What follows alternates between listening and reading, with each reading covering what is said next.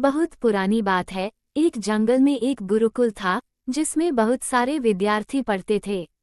एक बात की बात है, गुरुजी सभी विद्यार्थियों को पढ़ा रहे थे, मगर एक विद्यार्थी ऐसा था जिसे बार बार समझाने पर भी कुछ भी समझ में नहीं आ रहा था। गुरुजी को इस वजह से बहुत तेज से गुस्सा आया और उन्होंने उस विद्यार्थी से कहा, जरा अपनी हथेली तो दिखाओ बेटा। विद्यार्थी ने हथेली गुरुजी के आगे कर दी।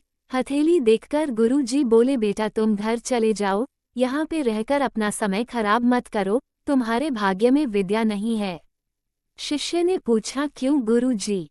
गुरुजी ने कहा, तुम्हारे हाथ में विद्या की रेखा नहीं है। गुरुजी ने एक होशियार विद्यार्थी की हथेली उसे दिखाते हुए कहा, ये देखो, ये है विद्या की रेखा, ये तुम्हारे हाथ में नहीं है, इसलिए तुम समय नष्ट ना करो और घर चले जाओ और वहाँ अपना कोई और काम देखो।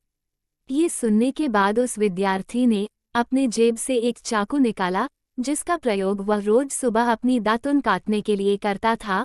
उस चाकू से उसने अपनी हाथ में एक गहरी लकीर बना दी।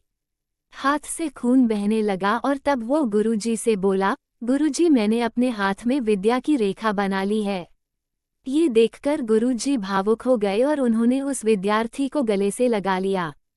गुरुजी बोले, बेटा तुम्हें विद्या सीखने से कोई ताकत नहीं रोक सकती है। दृढ़ निश्चय और परिश्रम हाथ की रेखाओं को ही बदल देती है। दोस्तों, वो विद्यार्थी आगे चलकर महर्षि पाणिनि के नाम से प्रसिद्ध हुए, जिसने विश्व प्रसिद्ध व्याकरण अष्टाध्यायी की रचना की है। इतनी सदियां बीत जाने के बाद भी, आज 2800 वर्षों बाद भी, विश्व की किसी भी भाषा में ऐसा उत्कृष्ट और पूर्ण व्याख्या का ग्रंथ अब तक नहीं बना।